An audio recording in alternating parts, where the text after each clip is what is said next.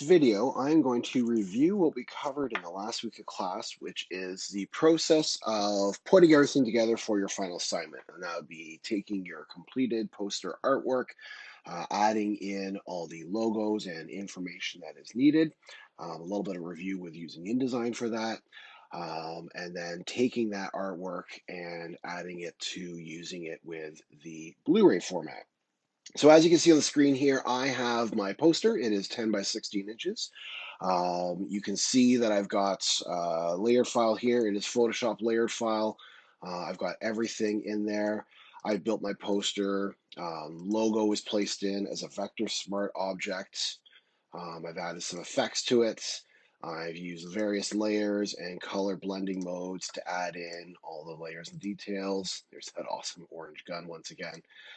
So I've used Photoshop to build everything. I'm saving this as a layered Photoshop file, which is what I'm going to place into my InDesign layout as I put it together with all the contact information, all the credits and everything. Um, you Normally, you could add in your logo directly into InDesign. That's fine as well. I've added it in Photoshop just because I wanted to put that kind of blur effect on it, just to make it look more interesting. Um, so I'm going to make myself a new InDesign file here. Here we are, 10 by 16 inches. If it ever comes up, come on, there we are. Inches, 10 inches wide, 16 inches tall.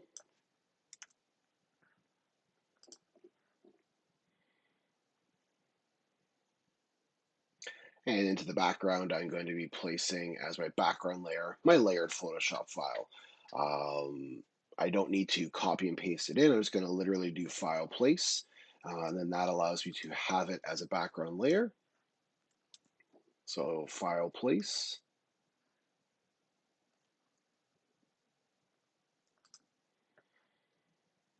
And I'll navigate to where I've got it saved. I've got it saved on my external drive here.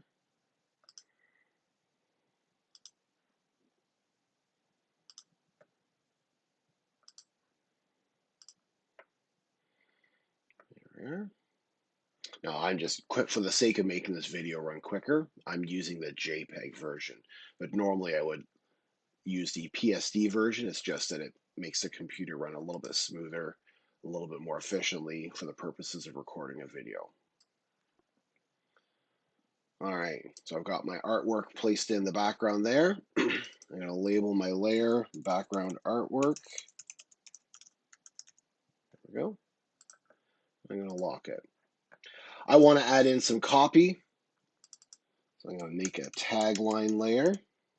I like to label all my layers as I'm working so it's easy to keep track of everything. I think the tagline was super cheesy. Chaos is 120 seconds away.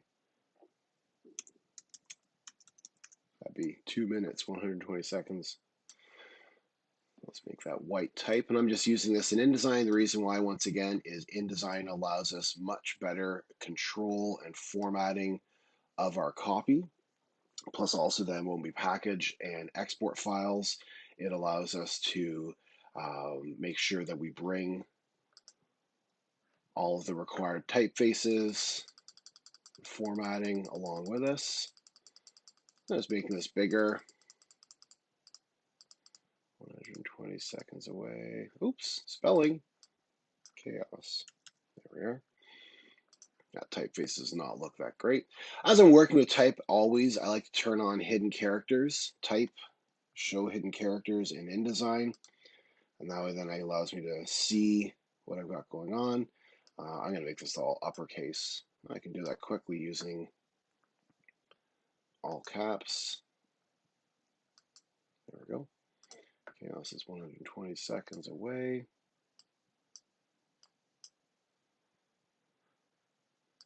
I'm just going to add in a few forced line breaks, shift return. There we are. That font does not look that great.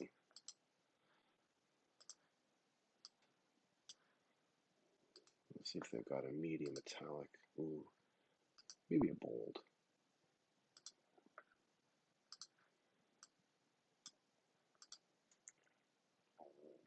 Okay.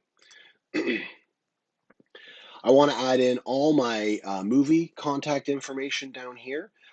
This is all the movie credits. Sorry, not movie contact, movie credit information. So starring, produced by, directed by, music by, and so on and so on and so on. So I'm going to make another text frame here. So this is my type tool, make a text frame, and actually I'll put this on a new layer, movie credits. There we are. Add a frame. Now I've already typed this all out, so I can easily bring it in, file, place. Excuse me. I've got it saved in my support files. There we are. And it automatically places it in. I want to format all my type easily, so I'm going to use a paragraph style. So I'm going to open up my styles panel, window, styles. And I'm going to use both paragraph styles and character styles as I do this. So it's my paragraph style, window, styles, character styles, sorry.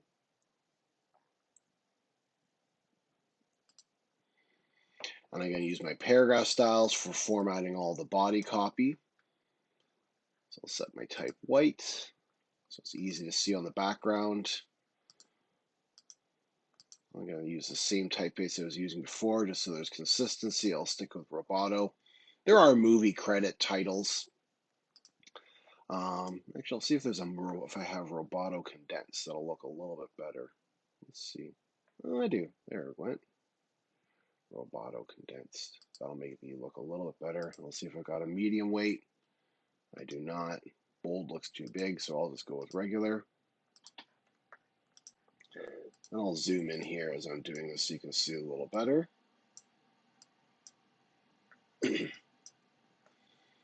Alrighty. So I want to format this so I have some large type, some small type. I want to condense it a little bit more, just so it looks a lot more like movie credits. So first thing I'm going to do is I'm going to select all my type. I've got some basic formatting applied to it. I'm going to use this already and add myself my paragraph style. I'll call this movie credits.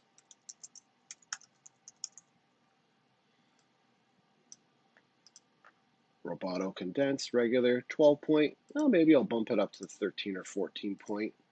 No, that's too big. There we go, keep it 12. Leading, I'm going to keep it pretty tight. I'm actually going to make it a little tighter than it is. Tracking, I'm not going to touch tracking yet because what I'm actually going to do is I'm going to condense my type even further. I want it to look like that super skinny movie type. And there are fonts that do this, but in case you want to just use this an existing typeface. So what I'm going to do is I'm going to adjust the horizontal scale. And what that can do is I can actually stretch or skew my type vertically or horizontally. And in this case, I'm condensing it. And you can see it's making it a lot more condensed. It's adjusting it, stretching it in, decreasing the overall width. Looks not too bad. Okay. I'm going to go back where it says under basic character formats. I'm going to make it all uppercase. There we are, all caps. And now that I can see how big it is and how much space it is, now I'm going to decrease my tracking. And that's going to bring my type a lot closer to each other. There we are. So I've got my type formatted. What I want to do now is I want to set these smaller types. So usually you have your large and then kind of condensed style lettering. And I'm going to do that with character styles. Character styles, once again, are add-ons to paragraph styles. Whereas paragraph style will format the entire paragraph. Character style would be when you have one word that's bolded or one word that's italic. And in this case, I'm going to make them slightly smaller. So what I'm going to do is I'm going to select the first bit of type that I want to make smaller. I'm actually going to make it smaller here. And then now that I've added a little bit of formatting, I'm going to click on my character style, create character style. And I'll call this small movie credits. Now then I know that it's connected to or similar to the regular movie credits. And now I can easily go through and I can find all the type that I want to Make small movie credits. A face production of a Rian Johnson film starring, gotta put my name in there, my name.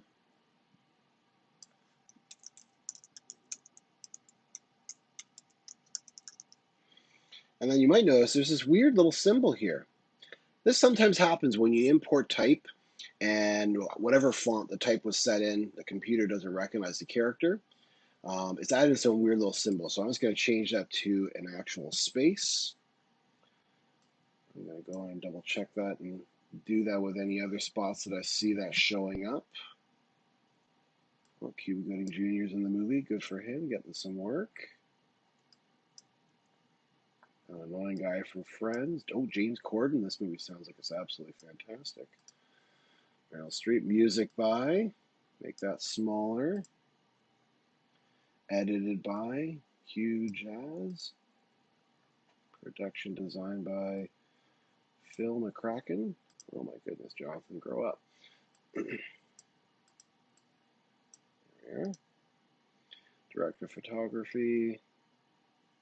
So that's making the type. So you got your big type and your small type. Executive producer. There. Written by me once again.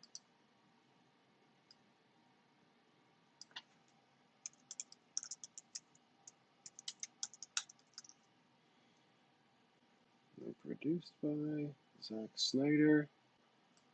This movie's going to be fantastic. And directed by Rian Johnson. There we go. So I've just used the same paragraph style and character style to format everything. If I want to make it all fit in nicely, I can play with the size of my text frame.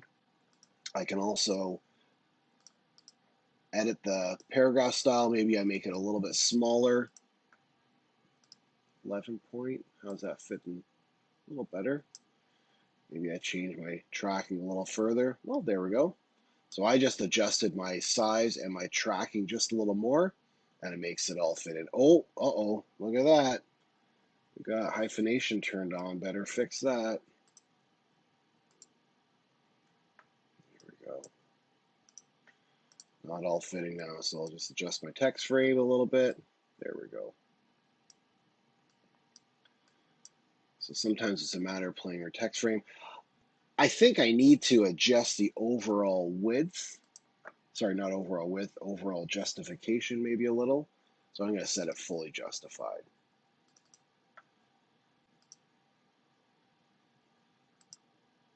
Basic character formats. Where's justification here?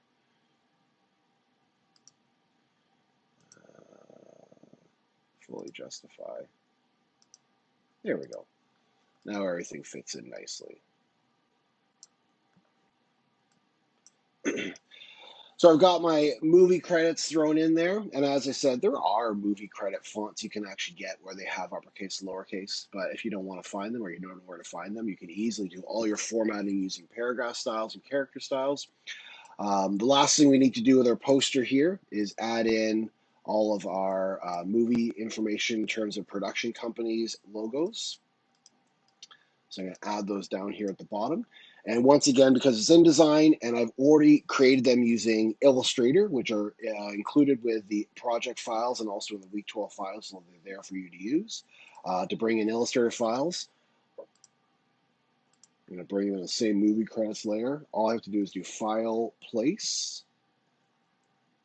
Keyboard shortcut is Command D. On a PC, that'd be Control D, I think.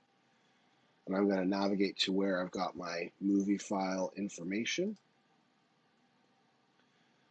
Over here, Week 12 walkthrough, images, support files. I think I've got the Dolby logo. Bring it in. Now, I showed this in class and I'll do it again. When you're bringing in a logo, so File, Place, and it's an Illustrator file, it's usually good to turn on Show Import Options. And what that's going to allow you to do is ensure that when you bring in your file, it has transparent background selected. And that'll ensure that it doesn't come in with a white artboard background, And so if you're placing on, say, like a black color or any other color, you can easily see it. I'll bring in the other information. I think we had Castle Rock, our DTS logo, I think. Dolby Digital, DTS, which is Digital Theater Sound. Just going to size them all so we're the same size. And then I think I had some other stuff, Castle Rock Entertainment, Warner Brothers. So just using InDesign to basically put all the final bits and pieces together. Once again, I've made my poster, main background in Photoshop. I use Photoshop for all the image editing, all the image composing, all the cool special effects and gradients and layers, styles, and blurs and drop shadows and whatnot. I've used Photoshop to do all that. I'm using InDesign to handle putting all the rest of the information together. The reason why is because that is InDesign's strength. 120 seconds.com. Oh, look at that. It's coming in with my movie credit style. Better turn that off. Center line. Just adding in that movie title there, 120seconds.com. I'll make a new font, paragraph style, movie URL.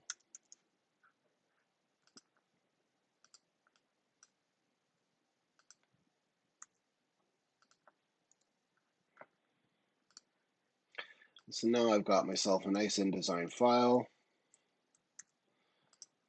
I've got all the elements of my poster put together. I've got my main background, as I said, done with Photoshop. I've got my tagline placed into InDesign. The logo could be done in InDesign, or it could be done separately in Photoshop. It is entirely your choice. And then I've got all my movie credit information and all the actual production information. Once it's all done, I'm going to save it. I'm going to package it, file. I'll just quickly save this to my desktop here. File, save, desktop, my name, movie poster. I think it's assignment 3. Make sure to double check the brief for the correct name. And then I'll package it, file, package. Packaging your artwork, once again, ensures that all links, all graphics, all visuals, all elements are included. And so when I package it, copy fonts, yes. Copy link graphics, yes. Update graphics and package, yes. Use document hyphenation, that's always good for when you're going back and forth between different software like Mac and PC. Include fonts and links from hidden and non-printing content, sure. Include IDML, which is the backwards compatible version of InDesign, yep. And include PDF. I'm going to do a high quality print PDF. I'm going to hit package. I'll get a warning about copying fonts, that's fine. And I'll package it to my desktop. And then now if I go to my desktop, I can see, here we are, my name. And you can see it's got all the poster information there. It's got links. There's no font folder because the fonts are right now currently supported through the Adobe Creative Cloud. But if I had to use fonts that were system or I'd installed on my computer, then it would actually create a font folder. But all the required files, I don't need to do anything to this other than add in, my high-res PDF doesn't have print marks or crop marks, so I better fix that up right now. I'm going to export a high-res PDF that shows all my printers, marks, and crop marks. So I'm going to go File, Export.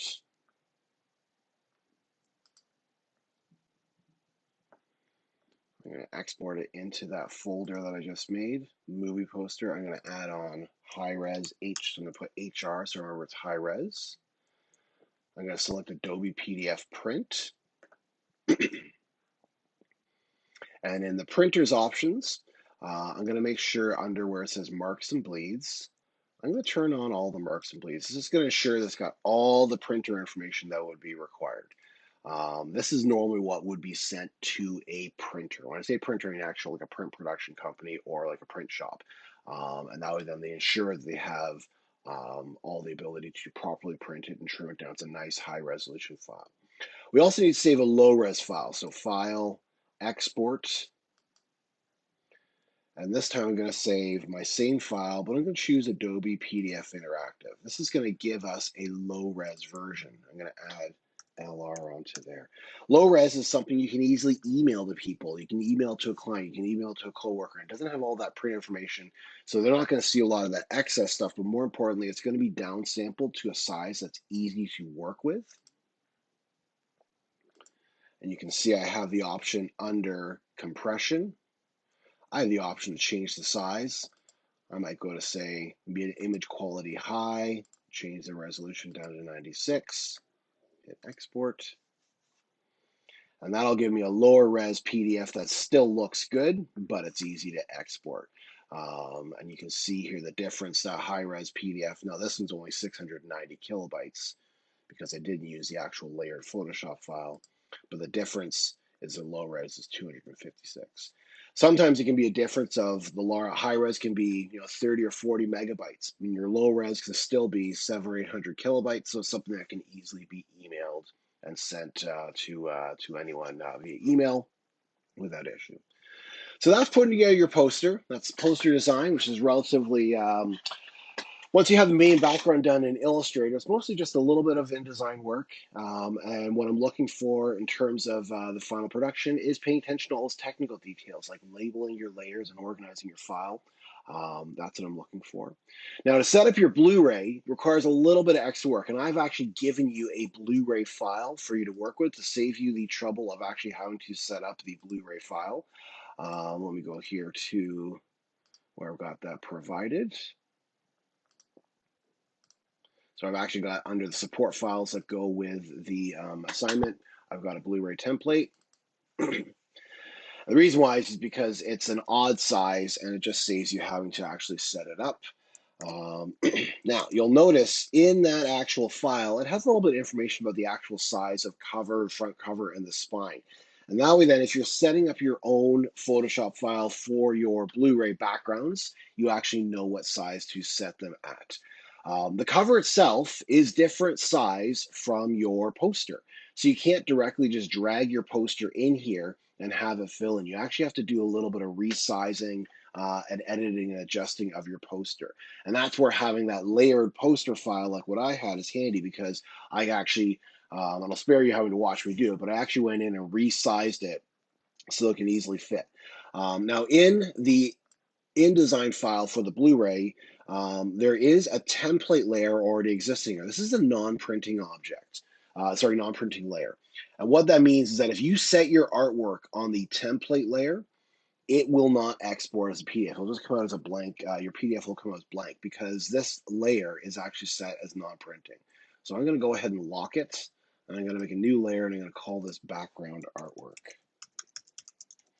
And what I've done is, for this purpose, I've actually just made one PSD file, one Photoshop file that's the exact size of the entire Blu-ray. And I'll bring it in, File, Place.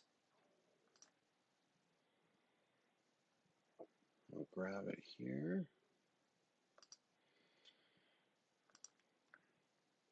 So I've resized my artwork to fit on the cover. And what I've actually done is I have repurposed the background textures that I did on my poster, placed them on the back cover, just for a little bit of visual interest, so that when I bring in all the other design elements, it actually looks kind of interesting rather than just having a flat, solid color.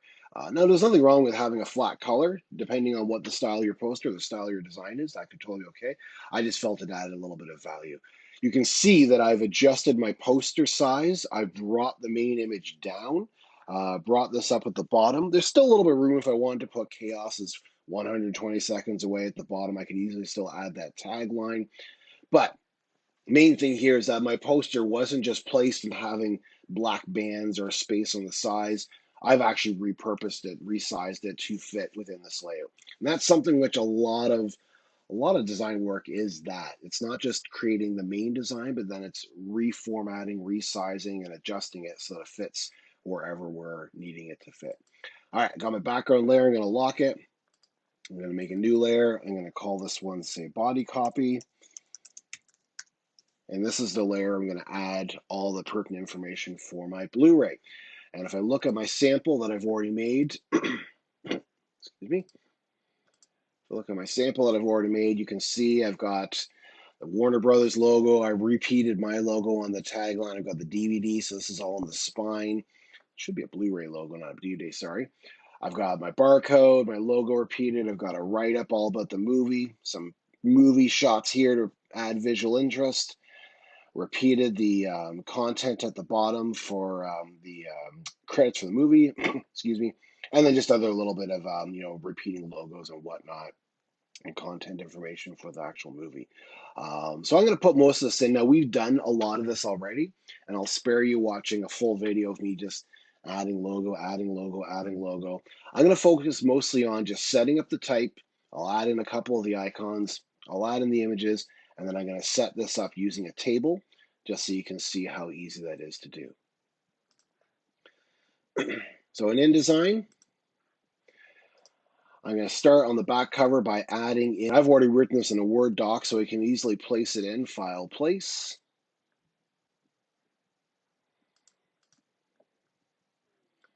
There's my write-up. Bring it in. And then I'm going to format it, make it some white copy so it's easy to read. I'm going to bring the size down because 8 to 10 point is a good size for body copy. Times New Roman doesn't seem that exciting, so I'll stick with the font I was using for everything else, which was Roboto. It's a sans serif typeface. I am going to break up my type here into separate paragraphs just because it's easier to work with. It looks a little nicer. One long paragraph is a bit too much. So I'll bring that down even more. I'm going to add a little spacing between my paragraph. There we are.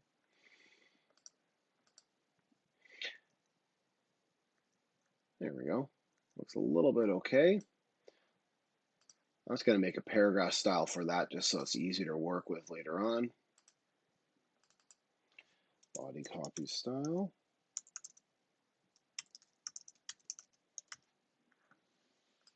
There we go. For my movie poster, as I mentioned in class, if you ever find you're in a situation where you've got an image that has a lot of detail and it's creating too much contrast or too much difficulty with reading the actual type, sometimes what's handy is just adding in a separate frame in behind your artwork and giving it a solid color. Let's lower it behind. Separate frame behind your copy, sorry, not behind your artwork. And sometimes that even makes it easier to read. You can actually even do that with a text frame. If you remember, we did this in class where you can select your text frame, right click on it, text frame options. You can add what's called inset spacing. That just forces your type away from the edge. And then just set your text frame background to black or whatever color you need, white. It saves you having to even add in an extra frame altogether.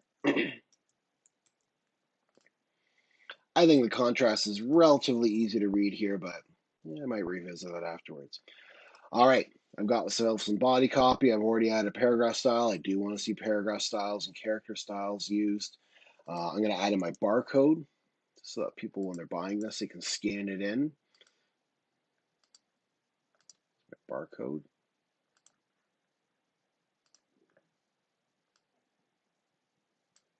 There we go. I'm going to add in some images from the movie, some very exciting images, so that when people look in this Blu-ray, they go, "Wow, I want to get that movie." So I'm just going to add in 3 images. Now, I showed in class a couple ways you can add in images so they're all the same size. If I add them in individually, I can click and drag to drop it in, deselect, I'll do it again. So I can add them in individually, and I can eyeball to keep them all about the same size. And I've actually got, you'll notice that when I'm adding them in, I've got these smart guides active. That is helping me to see that I've got my images all the same size. There we are. So I could add them in all individually, or you can make image frames using the frame tool. I'm going to make 3 frames and size them so they're all exactly the same size. Space them out. There we go. And then all you have to do is do File, Place, keyboard shortcut Command D, select your image, and place it inside each frame. And you'll notice it's bringing it in full size. You don't necessarily want that. So if you do it that way, once you brought it in, you select your image, go Objects, Fitting, and then you can select to fit frame proportionally, fit content proportionally, fit frame to content to frame, and so on. I'm going to fit content to frame, and I can resize it. Object, Fitting, or another way you can even bring in images, I'm going to do File, Place, Command D is keyboard shortcut. You can select all 3 images, or however many images.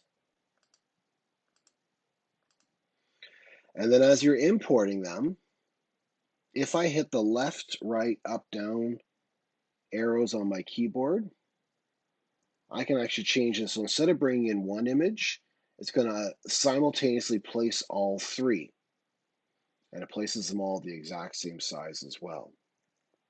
So there's many ways you can bring it in, and then once you brought them in, you can use the alignment panel to distribute everything evenly and to align everything nicely. Many ways you can do that.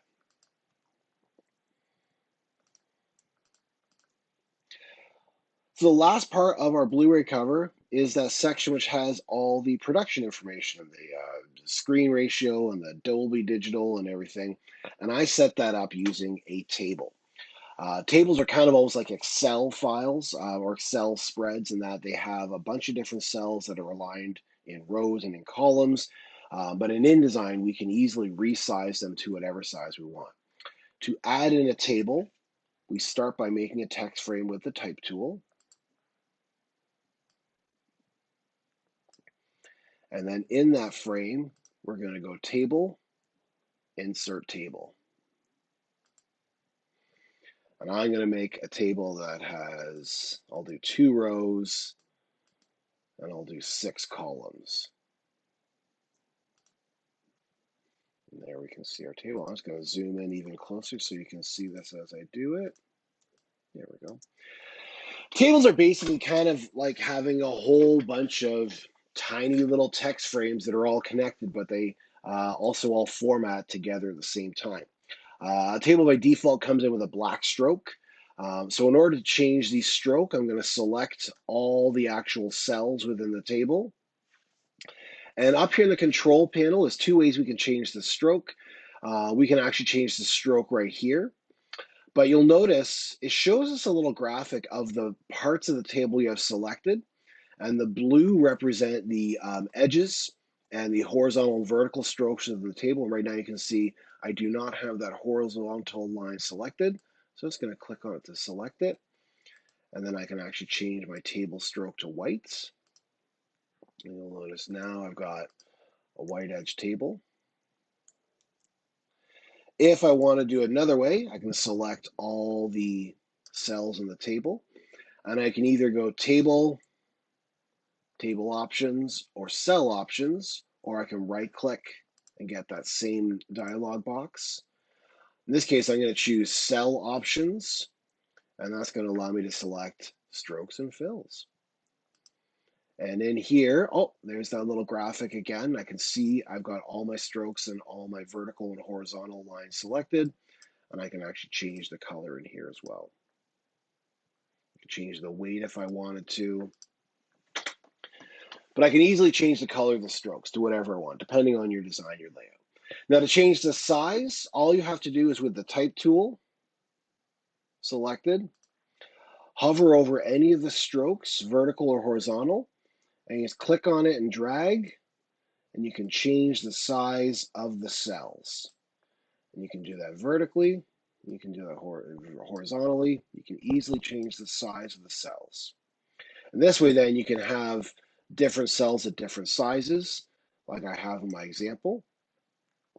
If you want to merge a couple cells together, all you have to do is select them, right click, merge cells.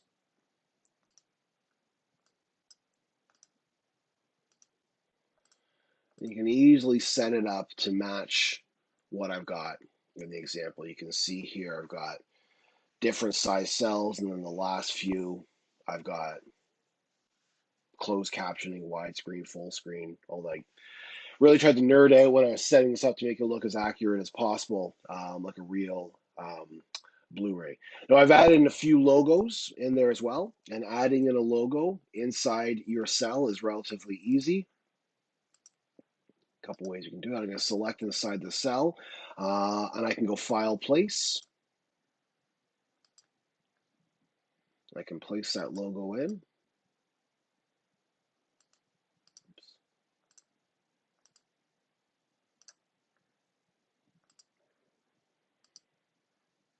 Ooh, came in pretty big. So I'm going to select it.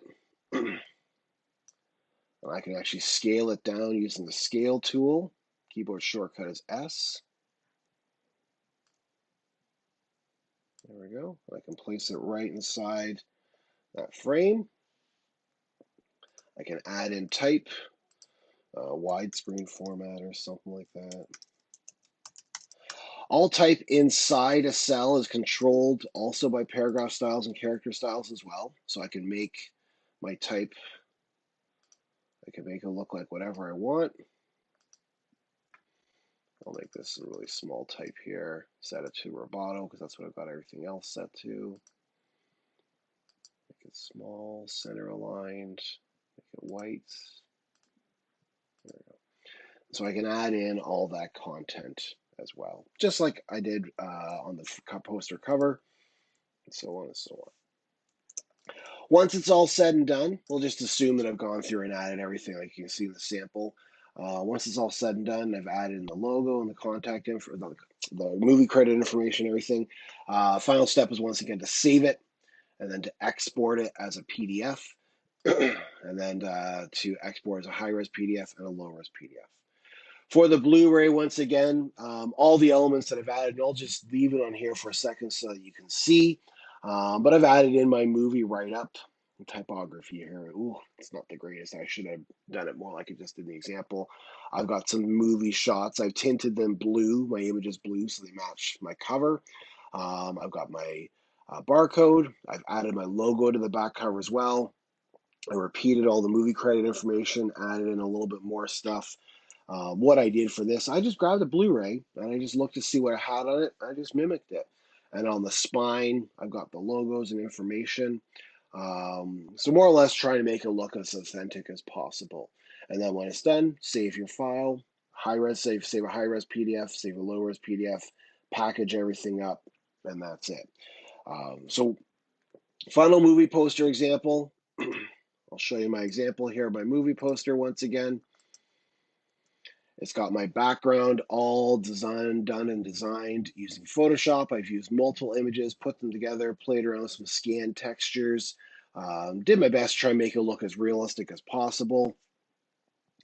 Once again, if in doubt, look at existing examples. Look and see what other examples have done online for putting information. The more you can make it look real, the more it looks real. And then I've got my Blu-ray. I think this is the DVD version. And I put everything into that there as well. So hopefully this has been helpful. There's other videos recorded as well that you can use for reference for building your Photoshop files. Don't be afraid to have some fun. Don't be afraid to get a little silly. Put on some costumes, put on some makeup.